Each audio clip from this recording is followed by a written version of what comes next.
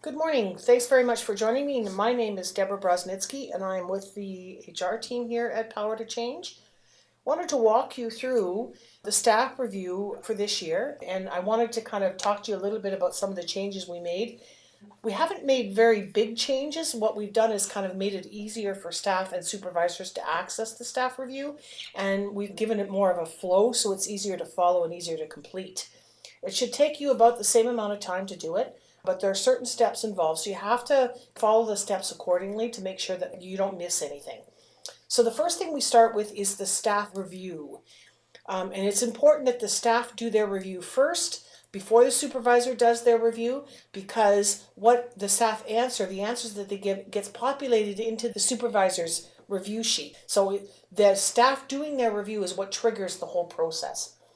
The format is easier to follow and it's a little bit more complete. I'm going to walk it through with you so that you can see what I'm doing. So the first thing you need to notice here is that it says a staff review dashboard. This is what you're going to see when you first enter in. For supervisors, you'll see something different, but I'll explain that a little bit later. But for discussion this morning, we're going to pretend that I'm a staff member and we're going to walk through that staff review process and I'm going to complete it with you. So when I open up my staff reviews, this is what I'm going to see. I'm going to see step 1, staff member prep work. That gets done first, and I'm going to hit complete prep work. This is the same questionnaire as we had last year, same kinds of questions, only it's just formatted a little differently. So when we're looking at completing the staff member worksheet, that would be my staff member check-in. I want to make sure that I am answering the questions as I go, and you're going to notice that once I answer the questions, the box is going to change the color here. That lets me know that I've done that. So the questions 1 through 8 are going to be multiple choice questions where you can answer, you rate them, and then the questions afterwards are going to be longhand. So let's start walking through it. Just a couple things. First, you want to make sure that you try to answer each question as honestly as possible. The idea here is that you want to have a conversation with your supervisor, and so letting them know exactly how you feel or what you're challenged with or what you're excited about is really going to help you develop a development plan going forward and even help you create some objectives. The other thing is, please do not change the rows. Don't add any rows or change the columns or the layout, because it's going to impact the functionality. So just walk through the questions as they're outlined here and answer them as honestly as you can. So let's talk about question number 1. Do you feel your job profile matches what you actually do at work? Job profile is also called a job description. So you want to think about, does your job, so what the job says on paper, do you actually do that work, or is it very different from what you actually do? So for the sake of this tutorial, I'm going to say that I don't feel my job description actually matches what I do at work. So you notice now that the color has changed there because I've answered the question. So question 2, have you had sufficient training to do your job as outlined in your job profile? Well, I don't actually feel like I've had sufficient training. I've had some, but not enough. I need more. I'm going to put 5. Do you have the materials, equipment, and resources to do your work well? Well, actually, I don't, because I don't know all of what I'm supposed to be doing, because my job description and what I do actually don't match up. So I'm going to put 4. At work, do you have the opportunity to do what you do best every day? Well, I get to meet with people and I get to socialize with people and I get to interact with people, and I really like doing that. So I'm going to say, yes, I get to do that. Does your supervisor, so thinking about the relationship with your supervisor, do you regularly receive recognition or praise for doing good work? So does your supervisor or your teammates, do they acknowledge when you've done a good job? Does somebody actually acknowledge when something was done really well? I'm going to say, yeah, I think I get acknowledged and I get praised for what I do well. Do you understand how your particular job or your particular work contributes to the ministry success or the overall team success? Do you see that how you participate, how you do your job actually contributes to the bigger picture? In this situation, I'm going to say, no, I actually don't know that, and I'm going to put a 2. Is your faith thriving within your current work environment, that you can participate in Bible studies? Do you have prayer partners? Do you pray together as a team every week? What are the things that help your faith to continue to thrive? In my case, I'm going to say, yeah, it does every now and then, but I could use more of it. Do you have opportunities to learn and grow personally, professionally, and spiritually?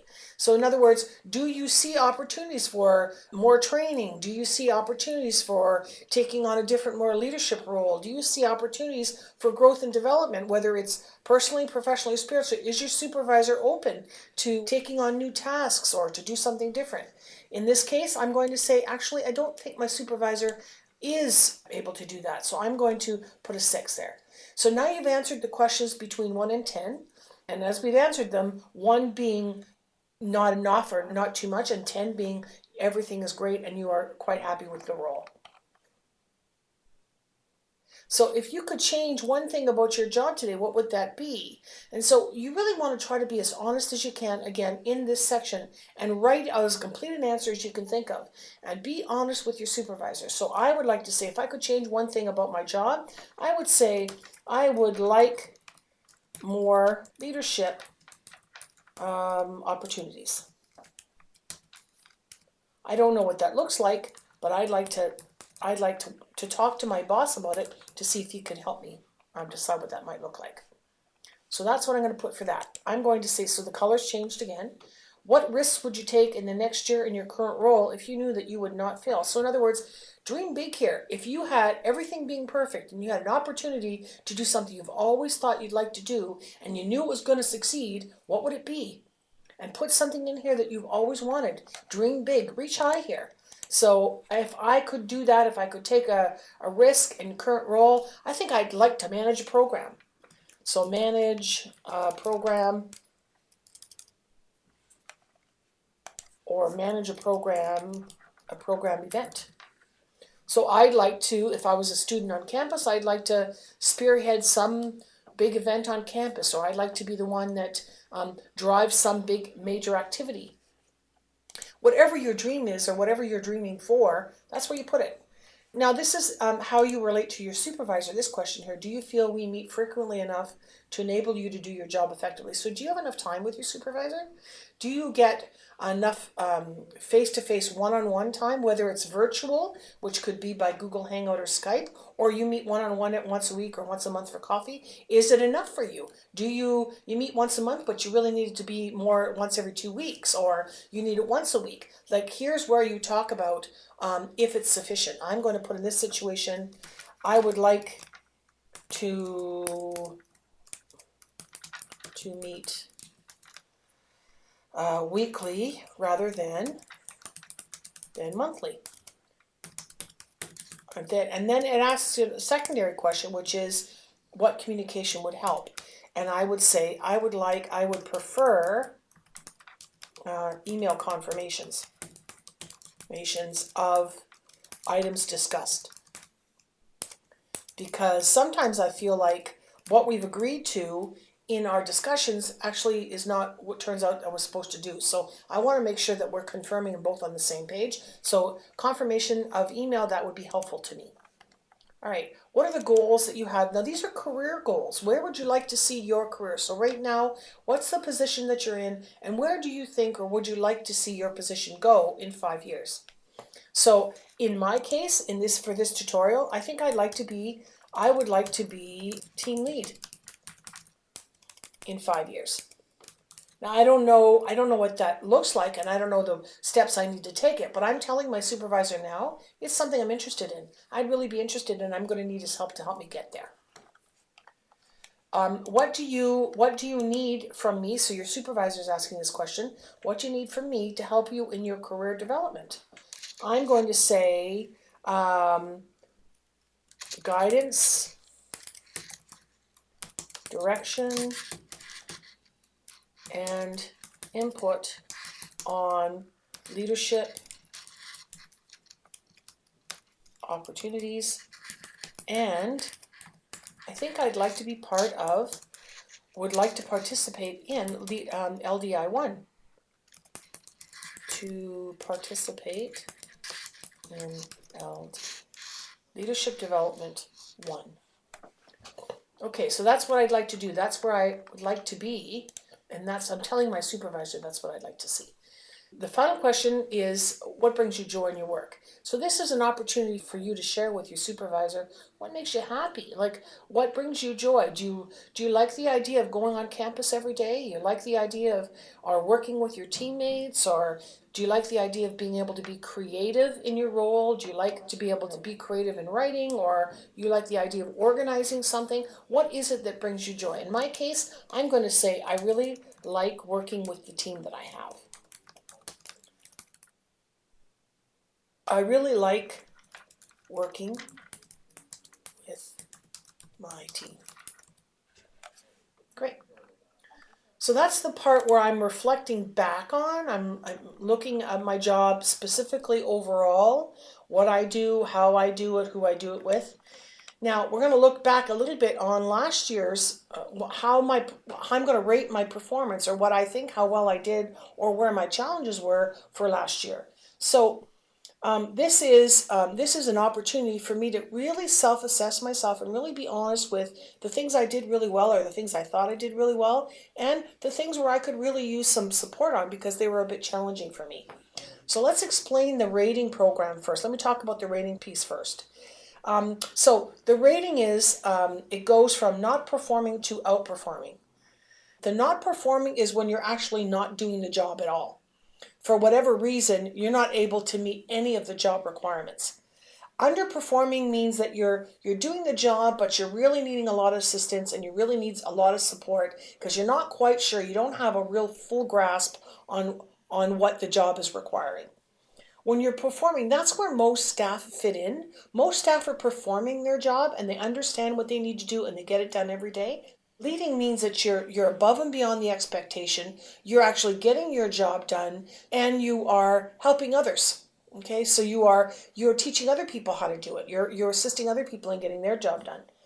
Outperforming is when you are actually doing your job, you're helping others, and you're taking on additional responsibilities in areas that may not necessarily be directly under your job description. That would be outperforming. So with that understanding of the rating scales in mind, let's go into the objectives. So what we're talking about is the objectives that you had last year. Now, some of you may not have had objectives. Some of you may not have had any kind of concrete things that you want to accomplish in the area ahead. That's okay. What we're going to try to do is, going forward, we're going to create objectives for you. But for now, let's think about the areas that you felt you were really successful in. What were the things that you really did well? What were the areas that you felt really challenged and it was a struggle sometimes for you? So objective 1, I'm going to say what I wanted for objective 1 was I wanted to overhaul our how-to manual for campus events. Okay, now I'm going to say I think I did that really well. That was one of my goals, was to overhaul the how-to manual for our campus events, and I think I was actually I was performing. I think I did really well on that. Objective 2, I wanted to have more Bible studies on campus. I wanted to have more opportunity with some of the students, or I was maybe a coach and I wanted to have an opportunity to, to really minister to some of the children that I was coaching at the camp. And so that was part of my job, and I felt like I did that really well. And so I'm going to say minister to ministry participants with scheduled Bible studies and prayer times. And I think I did that well, but I think I could have done it a little bit better than what I did. I mean, I would have loved to have more time with that. So how am I going to rate myself? Well, I'm going to say I'm underperforming in that area because I think that there was a lot more room to do more, and I didn't do as much as I liked. Objective 3 is going to be something that I was challenged with. What was I challenged with? I was really challenged. I felt it very challenging. It's challenging to manage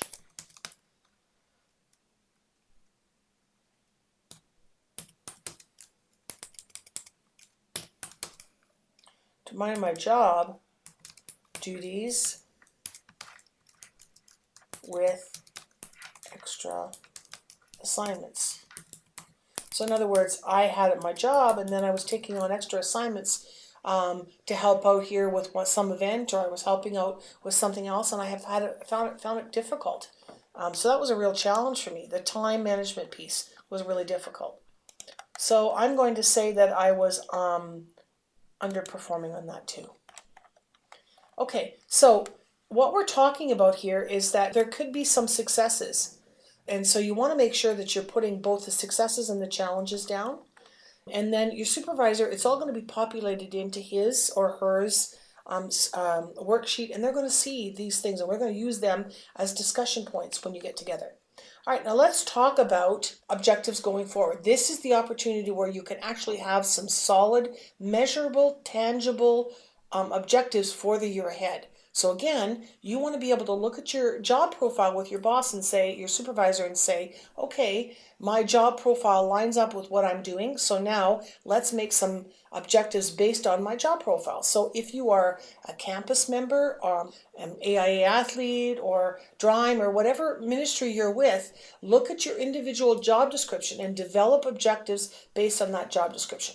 There's a little red line here, a little red corner here that you're going to see, and that gives you a note, a drop-down note that's going to give you an example of what a good objective might be and what a bad objective might be. And so you want to make sure that you are, that it's defined in your job, not necessarily a personal development objective, but more of a job direct. So in this situation, we're talking about someone who may be working on campus and they want to improve the study materials for the Bible study. So here we're going to put like revise Bible study materials.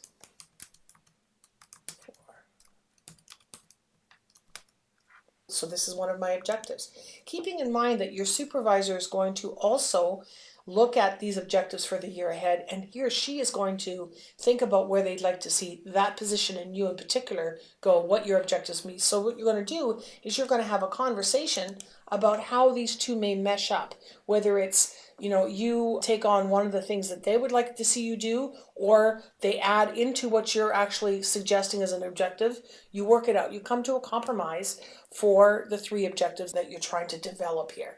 So objective number 2 might be going on a mission trip to Montreal, and you would like to translate Bible study materials into French for Quebec.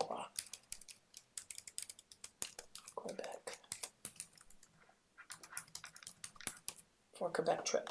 Okay. And then the third one, you can come up with a third one on your own, or you can actually leave the third one for something for you and your boss to develop together. So all of these will be populated into your supervisor's worksheet. They're going to see the answers that you've given. So objective 3 could be something like more leadership or participate in LDI 1. Okay? So now this is another objective that you had, that you'd like to start taking the classes for LDI. Okay? So now your supervisor is going to see all of this, and they're going to consider and review all of it. So now you're done. The staff member has actually done their review. You're good to go. You've completed everything, because everything now, all the colors have changed. So that means you've answered every question.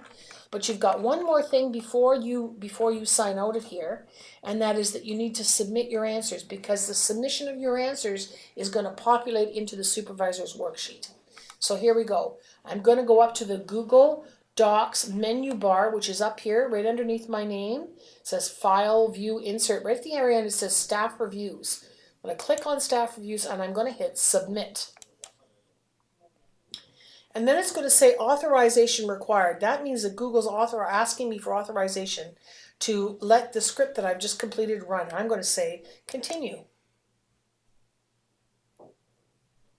Now it's asking me to choose an account. Well, it's gonna ask me to choose an account that this P2C review is gonna come from. I'm gonna click Deborah Brosnitsky on here, and then it's gonna say, are you going to allow for Google Docs to get access to that? Yes, I'm going to, so I'm going to say allow.